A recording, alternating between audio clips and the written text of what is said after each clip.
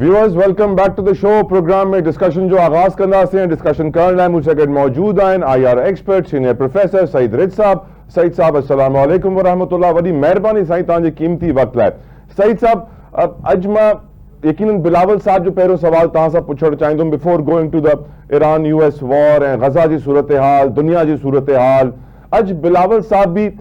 कश्मीरियनि लाइ आवाज़ खई आहे ऐं चयो आहे कि कश्मीरियनि खे उन्हनि जो हक़ मिलंदो। आज़ाद जम्मू कश्मीर में जेके एहतजाज कनि था उन्हनि खे पीसफुल तरीक़े सां उन्हनि सां ॻाल्हाए करे मसइले खे हल कयो वेंदो, ॿियो को रस्तो कोन्हे। ऐं यकीनन मां सम्झां थो कि अॼु असांखे ॾिसणु घुरिजे कि पाकिस्तान जा जेके चैलेंजिस आहिनि हुनमें असांजा नेबर्स अफ़गानिस्तान वॾो चैलेंज ठही वियो असांजे लाइ। आज़ाद जम्मू कश्मीर में हालात कंट्रोल करणु वॾो चैलेंज ठही वियो असांजे लाइ। तव्हांजी नज़र में बिलावल साहब केतिरी इंपॉर्टेंट मसइले जी तरफ़ इशारो कयो आहे? सईद रिज साहब जी मेहरबानी। सब खां पहिरियां मूंखे वठण जी जी बिल्कुलु मुंहिंजे ख्याल में तमामु इम्पोर्टेंट आहे, छो जो पाकिस्तान हिन वक़्तु ॾिसो त दुनिया जे अमन लाइ एॾो कमु करे पियो ऐं हिकिड़ो ब्रोकर तौरु पीस ब्रोकर तौरु सुञातो वञे थो। त जेको पंहिंजो अंदरूनी मसइला आहिनि ऐं ख़ासि करे जेको कश्मीर जो आज़ाद कश्मीर में तव्हांखे ख़बर आहे सूरत हाल तमामु गंभीर थी चुकी आहे। त उते पाकिस्तान जी रियासत जेका आहे उहा उनखे जेको आहे हिकिड़ो पीस जी एफर्ट ज़रूरत आहे ऐं जेको माना हिन वक़्तु ताईं जेका असांखे नज़र आई आहे उनमें पीस एफर्ट उन तरीक़े सां कोशिशि न कई वई आहे। ऐं बिलावल साहब जो बिल्कुलु चवणु ठीकु आहे त जेके बि जॉइंट एक्शन कमेटी आहे या डिमांड्स आहिनि उहे ग़लति थी सघनि था, पर उन सां ॻाल्हाइण त ज़रूरी आहे ऐं उन्हनि खे इंगेज करणु तमामु ज़रूरी आहे। ऐं इन जो को न को अहिड़ो हल जेको सभिनी खे क़ाबिल क़बूल हुजे उहो कढणु तमामु ज़रूरी आहे, छो जो इन जो मैसेज जेको वञे थो पियो उहो तमामु ख़राबु थो वञे पियो। ऐं ज़ाहिरी ॻाल्हि आहे हिनखे हिंदुस्तान तक कैश कराए थो दुनिया में। त जेको आहे पाकिस्तान ॻाल्हि करे थो हिंदुस्तान जे ऑक्यूपाइड कश्मीर में जेको कुझु ज़ुल्म थिए थो उनजी, पोइ हिंदुस्तान उन वक़्तु जेको आहे पाकिस्तान आज़ाद कश्मीर में जेको कुझु थिए पियो उनजी ॻाल्हि करे थो। उन सां जेको आहे ज़ाहिरी ॻाल्हि आहे असांजो जेको केस आहे कश्मीर ते उहो बि कमज़ोर थिए थो। त उनजे करे मुंहिंजे ख़्याल में बिलावल साहब जो हिन जेको बयानु आहे उनखे बयानु न रहणु घुरिजे, उन ते सीरियसली हुकूमत में, छो जो बिलावल साहब हुकूमत जो पार्ट बि आहे हिकिड़े हिसाब सां,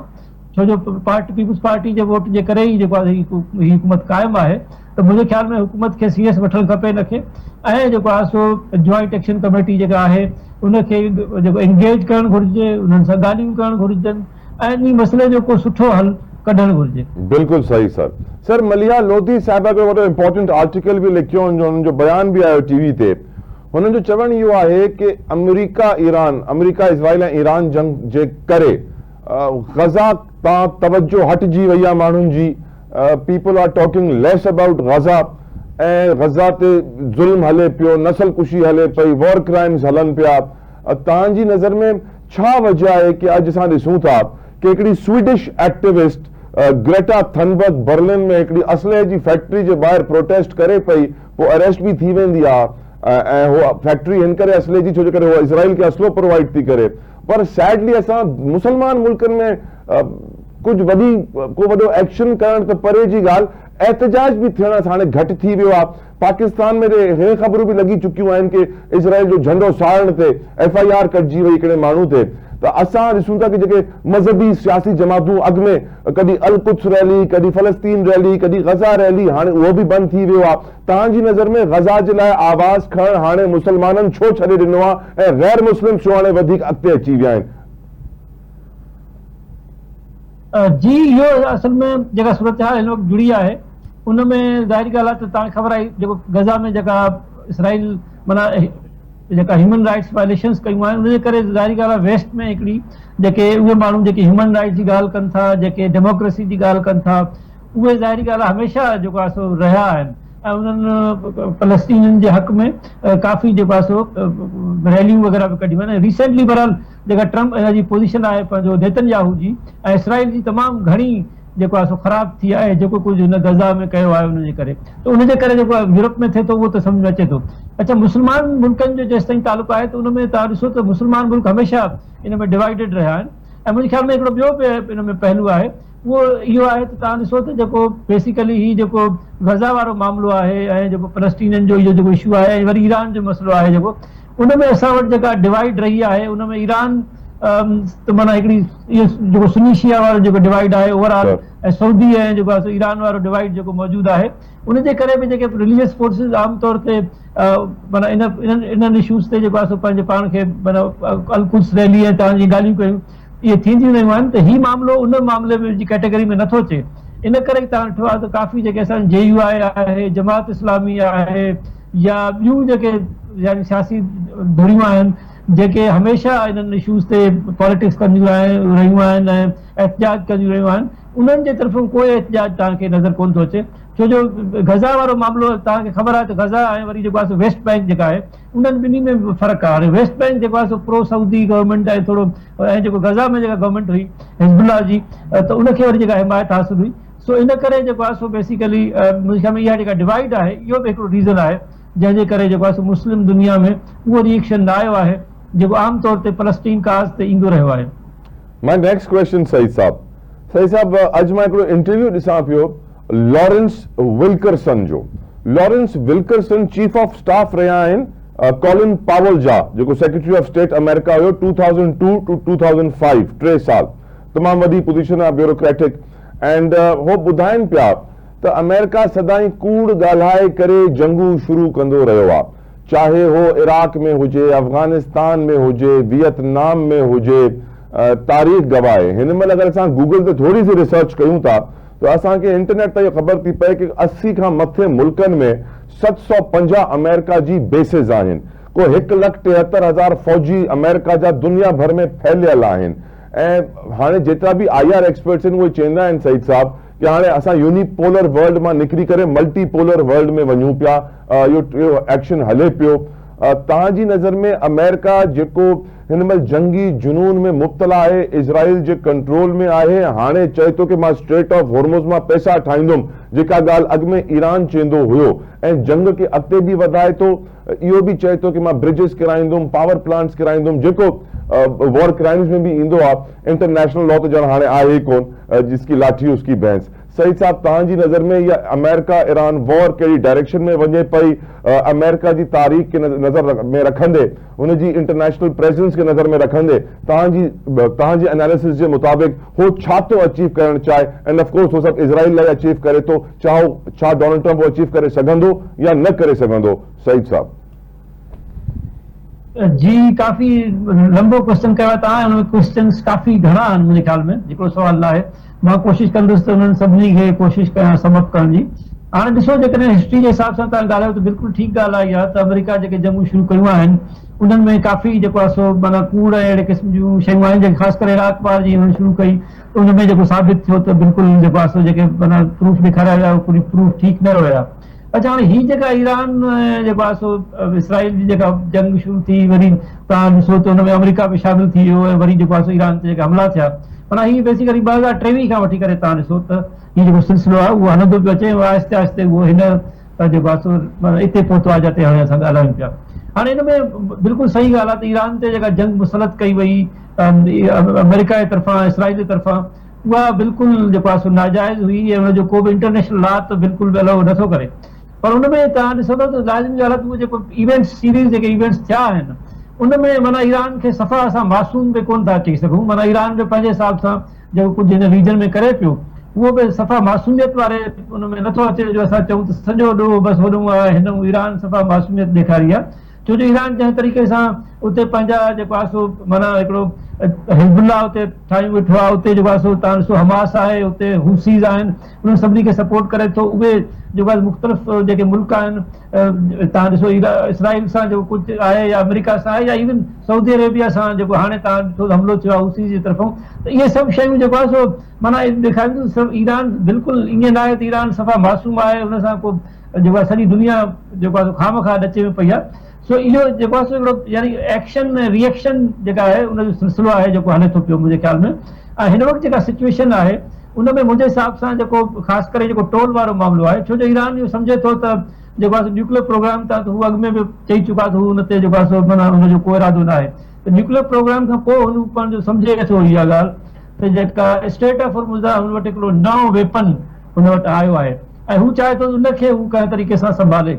हाणे उन में मुंहिंजे हिसाब सां जेको प्रॉब्लम इहो आहे त इंटरनेशनल लॉ में ख़ासि करे जेका सिचुएशन आहे उहा अहिड़ी आहे त जेका टोल वारो जेका डिमांड आहे ईरान जी, उहा मूंखे नथो लॻे त दुनिया हुनखे क़बूल करे सघे थी, छो जो हिन जो रीज़न इहो आहे जेके टोल ते तव्हां माना एक्सेप्ट कयो दुनिया, त उन खां पोइ जेको आहे सो इहो माना जेके तेल जूं क़ीमतूं आहिनि उहे तमामु घणियूं वधंदियूं, छो जो अहिड़ा दुनिया जा 10 चेक पोर्ट्स आहिनि, यानी चोक पॉइंट्स आहिनि, जीअं स्ट्रेट ऑफ होर्मुज़ आहे, स्ट्रेट ऑफ मलाका आहे, जिब्राल्टर आहे,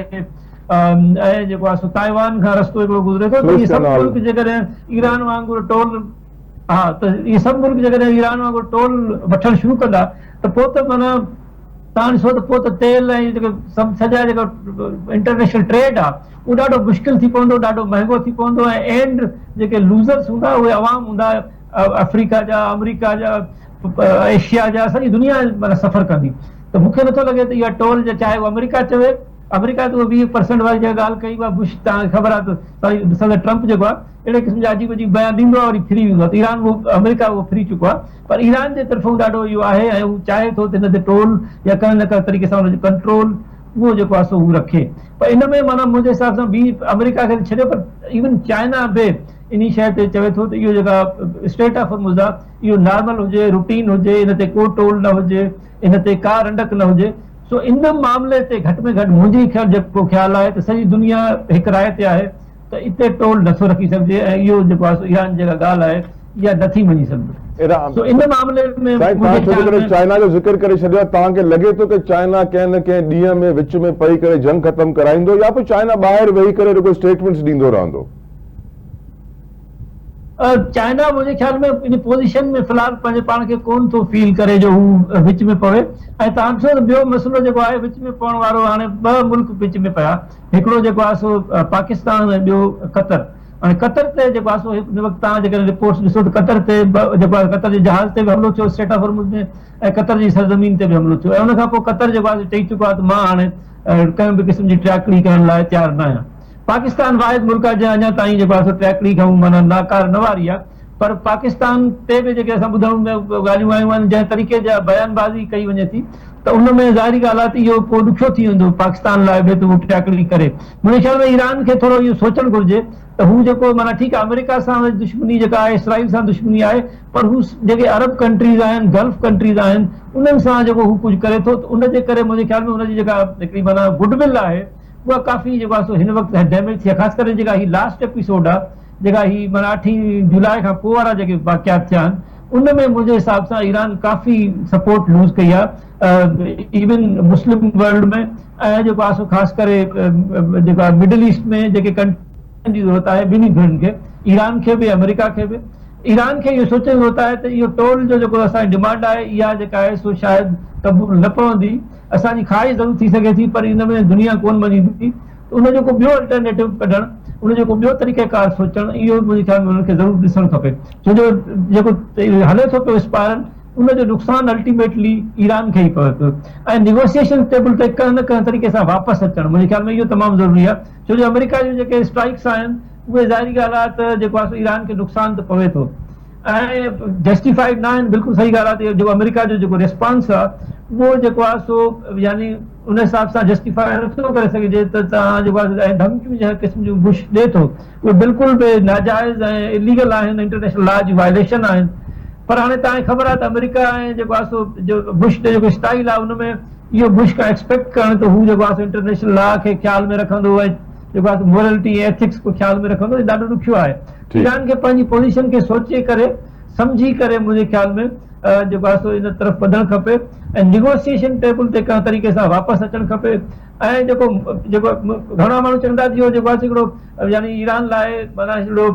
स्ट्रेटेजिक वेपन बि आहे, जेकॾहिं ईरान हिते कंदो सुभाणे भला ईरान ते अटैक थींदो त पोइ ईरान छा कंदो। मुंहिंजे ख़्याल में ईरान जेको आहे टोल जे बजाए इनखे इन हवाले सां रखणु खपे त सुभाणे जेकॾहिं मिसाल जी ॻाल्हि आहे ईरान ते वरी अमेरिका या इसराइल हमलो करे थो त स्टेट ऑफ होर्मुज़ ते हमेशह ईरान वटि हिकिड़ो वेपन रहंदो, ऐं ईरान उते जेको आहे उनखे बंदि करे सघे थो, जीअं हाणे हुन चोक कयो। इहो चोक करण वारो ऑप्शन जेको आहे इहो त जंग जी सूरत हाल में बिल्कुलु मौजूदु रहंदो, ऐं दुनिया बि सम्झंदी त जॾहिं ईरान खे तव्हां दीवार सां लॻायो था, उन ते अटैक कयो था, त पोइ ईरान वटि ऑप्शन छा आहे। उन सूरत में इहो सम्झ में अचे थो, पर जॾहिं MOU थियल आहे उन सूरत में तव्हां जेको आहे जहाज़नि ते अटैक कयो, कमर्शियल जहाज़नि ते, ऐं उहे तव्हांजी साइड में बि न आहिनि, ओमान जी साइड ते आहिनि, उते वञी उन्हनि खे तव्हां अटैक कयो ऐं उनखे चओ त असां रस्ते खां छो नथा अचो, त त पोइ इहो प्रॉब्लम आहे मुंहिंजे ख़्याल में, जंहिं ते जेको आहे सो जंहिंखे सम्झणु ईरान खे खपे त एतिरो हद ताईं वञणु शायदि जेको आहे सो हिन मामले में ठीकु न हुयो। साईं, माय नेक्स्ट क्वेश्चन,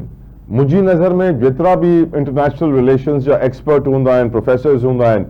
वो तारीख़दान भी हूंदा आहिनि, वो हिस्टोरियंस हूंदा आहिनि, पढ़ंदा इलाही आहिनि। तव्हां बि यकीनन वॾो एक्सपीरियंस था रखो सईद साहब। सईद साहब, hyper inflation, second world war खां पोइ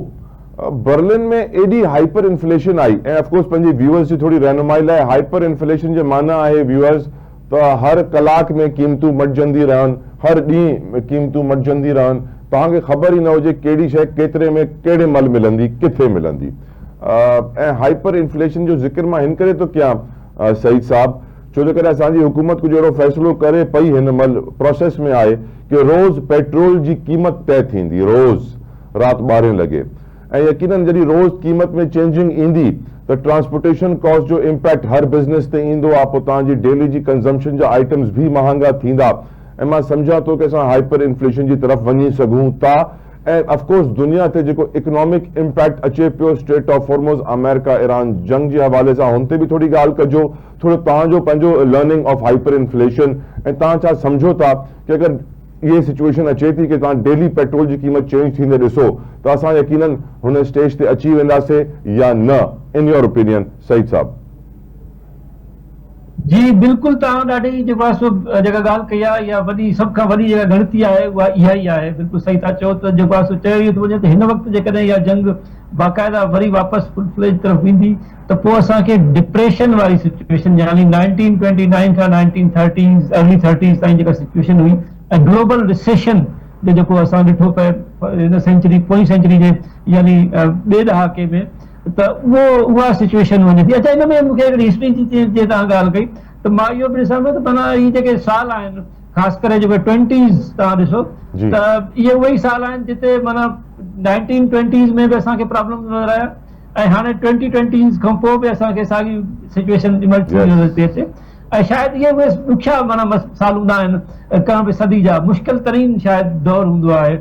जेको 20s ऐं 30s वारो जेको पीरियड हूंदो आहे, उहो लॻे थो त हिन वक़्त ते असां उन फेज़ मां गुज़रूं पिया। ऐं दुनिया जेको आहे सो छो जो हिन में बेसिकली रीशफलिंग थींदी आहे काफ़ी, ऐं हिन वक़्त ते असां ॾिसूं था त दुनिया जेका आहे उहा रीशफलिंग थिए पई। ग्लोबल वर्ल्ड ऑर्डर कहिड़ो आहे, उन में सुपर पावर जेको आहे so soul surviving super power, जीअं तव्हां पहिरियों ॻाल्हि कई उहो US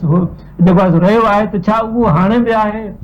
ऐं उन में मल्टीपोलरिटी जेका क्रिएट थिए पई, उहा पंहिंजे पाण खे असर्ट करे पई। अमेरिका उनखे रोकण जे लाइ मुख़्तलिफ़ रस्ता ॻोल्हे पियो। त इहे जेका माना सिचुएशन आहे काफ़ी फ्लूइड सिचुएशन आहे, ऐं उन में ई रिसेशन इहे शयूं ईंदियूं आहिनि। हाणे जेका तव्हां ॻाल्हि कई त जेकॾहिं वाकई जंग जेका जंहिं तरफ़ वञे पियो ऐं उनखे रोकियो न वियो, ऐं स्ट्रेट ऑफ हॉर्मुज़ ते इहो जेको मसइलो आहे इहो प्रोलांग करे थो ऐं हिते फुल फ्लेज वार थी वञे, त इहा बिल्कुलु चांसिस आहिनि इहा रिसेशन ग्लोबल रिसेशन में तब्दील थी वञे। छो जो जेको इहो ट्रेड रूट आहे इहो माना अफेक्ट करे थो सॼी दुनिया खे,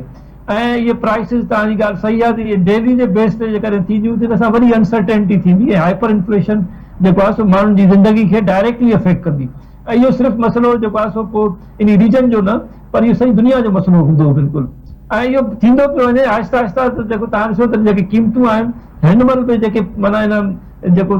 तव्हां 5-6 महीना पोइ हिते वञो त उन वक़्तु जेके क़ीमतूं हुन खां काफ़ी माना जेको आहे सो इन्फ्लेशन अची चुको आहे। ऐं जेकॾहिं सूरत हाल अॻिते इन तरह सां वेंदी त सूरत हाल अञा तमामु घणी ख़राबु थींदी ऐं सिचुएशन तमामु जेको आहे सो ख़राबु थींदी। मुंहिंजे ख़्याल में इन खे ई सम्झंदे जेको आहे सो ईरान ऐं अमेरिका खे ॿिन्ही खे, ऐं इसराइल की त ज़ाहिरी ॻाल्हि आहे जेको आहे एक्सप्लॉइटर आहे, उनखे बि सम्झ, उनजे रोल खे बि सम्झंदे मुंहिंजे ख़्याल में ईरान खे अमेरिका खे इहो सम्झणु घुरिजे त ॿिन्ही जे इंट्रस्ट में आहे ऐं ॿिन्ही जे नेशनल इंट्रस्ट में त आहे वरी जेको आहे सो निगोशिएटिंग टेबल ते अचनि, MOU जेका आहे उन में जेके शयूं आहिनि उनखे क्लैरिफाई कनि, ऐं ख़ासि करे स्ट्रेट ऑफ हॉर्मुज़ वारो जेको मसइलो आहे उन ते ॾाढो क्लैरिटी जी ज़रूरत आहे। ऐं उते जेको आहे सो को न को माना ईरान खे बि वरी रिकंसिडर करण जी ज़रूरत आहे पॉलिसी खे, त स्ट्रेट ऑफ हॉर्मुज़ खे वेपन तौरु इस्तेमालु करणु केतिरो ठीकु आहे। ऐं उन सां जेको आहे सो जीअं हाणे ईरान बयानु ॾिनो आहे त या त हितां जेको आहे सो कोई जहाज़ न गुज़रंदो या पोइ ग्लोबल ट्रैफिक सॼी हलंदी, त हाणे उहो जेको आहे सो ग्लोबल ट्रैफिक जेकॾहिं सॼी न हलंदी ऐं सॼी बंदि थींदी त पोइ त जेको आहे सो लाज़मी ॻाल्हि आहे त हाइपर जेका इन्फ्लेशन वारी सिचुएशन आहे उहा ई पैदा थींदी। वॾी महिरबानी सईद रिज़ साहब, वॾी महिरबानी सईद रिज़ साहब तव्हांजे टाइम लाइ, तव्हांजे वक़्त जे लाइ, ऐं तव्हां वॾो इंटरेस्टिंग पंहिंजो एनालिसिस पेश कयो कि जीअं 1920 में व्यूअर्स दुनिया मटिजी, उहे हाणे 100 सालनि खां पोइ 2020 में बि असां ॾिसूं पिया कि हिन डेकेड में वॾी तब्दीलियूं थी अचनि। 1920 खां 1930 ताईं तव्हांखे ॿुधायां दुनिया जो पहिरियों पासपोर्ट सिस्टम ठहणु शुरू थी वियो, सभु पासपोर्ट थिया, वीज़ा सिस्टम, एयरपोर्ट्स ठही विया। पोइ तव्हांखे ॿुधायां सॼी सल्तनत उस्मानिया हूंदी, वर्ल्ड वॉर 1 ख़तमु थी, सऊदी अरब ठहियो, जॉर्डन ठहियो, बहरेन ठहियो, हे सभु मुल्क ठाहिया विया। न त पुराणनि मुल्कनि में तव्हांखे रुगो मिस्र मिलंदो, ईरान मिलंदो, बाक़ी सॼी सल्तनत उस्मानिया आई। ऐं हिनखे तोड़े करे बरतानवी राज जेको आहे पंहिंजा बादशाह विहारे छॾिया, सऊदी अरब में बि, ॿियनि जॻहियुनि ते बि, सभु तव्हां इहो गल्फ कंट्री, कतर मतर, इहे सभु अॻु में न हूंदा। इहे वर्ल्ड वॉर 1 जी एंड थियण खां पोइ बरतानिया राज जेको आहे वर्ल्ड पावर्स ठहियूं, यहूदियुनि सां गॾु मिली करे उन्हनि इहे मुल्क ठाहिया। ऐं पोइ तव्हांखे ख़बर आहे कि इज़राइल जी बुनियाद बि उते ई रखी वई ऐं पोइ दुनिया मटिजी वई। पोइ वर्ल्ड वॉर 2 थी 1940-50s ताईं दुनिया जा हालात ख़राब रहिया, तमामु तबाहकुन रहिया, हाइपर इन्फ्लेशन आई, अहिड़ा हालात हुआ कि अॼु यादि करे ग्रेट डिप्रेशन खे, उन्हनि ॾींहंनि खे वॾा वॾा प्रोफेसर्स पंहिंजे स्टूडेंट्स खे ॿुधाईंदा आहिनि कि दुनिया कहिड़ा ॾींहं ॾिठा, हिन करे असांखे इहे तयारी करणु घुरिजे कि वरी अहिड़ा ॾींहं न अचनि। पर लॻे ईअं ई थो कि history is repeating it self ऐं ओड़ा ॾींहं वरी अची सघनि था। अलाह साईं रहम करे। मज़ीद डिस्कशन कंदासीं हिकिड़ी ब्रेक खां पोइ। कीप वॉचिंग आवाज़ TV।